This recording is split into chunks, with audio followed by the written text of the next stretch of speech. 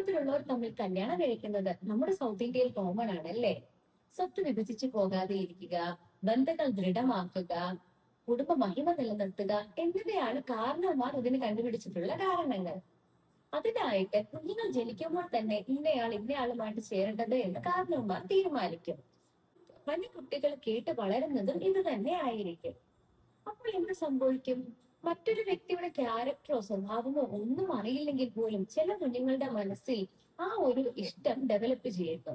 മറ്റു ചിലർക്കാകട്ടെ ആരെന്ത് പറഞ്ഞാലും അവരെ ഒരു ചേട്ടനായിട്ടോ അനിയത്തിയായിട്ടോ മാത്രമേ കാണാനും കഴിയുള്ളൂ.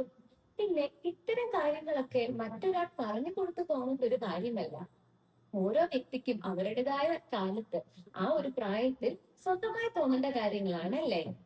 മാത്രമല്ല, രക്തബന്ധങ്ങൾ തമ്മിൽ ചേരുമ്പോൾ ഉണ്ടാകുന്ന ഏറ്റവും വലിയ നെഗറ്റീവ് ഇമ്പാക്ട് എന്ന് പറയുന്നത് അവർക്കുണ്ടാകുന്ന കുട്ടികളിൽ ജനിതക വൈകല്യങ്ങൾ ഉണ്ടാകാനുള്ള സാധ്യത കൂടുതലാകുന്നു എന്നുള്ളതാണ്. അപ്പോൾ നമ്മുടെ കുട്ടികളിൽ ഇങ്ങനെയുള്ള കാര്യങ്ങളൊന്നും ചെറുപ്പകാലത്ത് നമ്മൾ ഇൻജെക്ട് ചെയ്യാതെ ശ്രദ്ധിക്കാം അല്ലേ?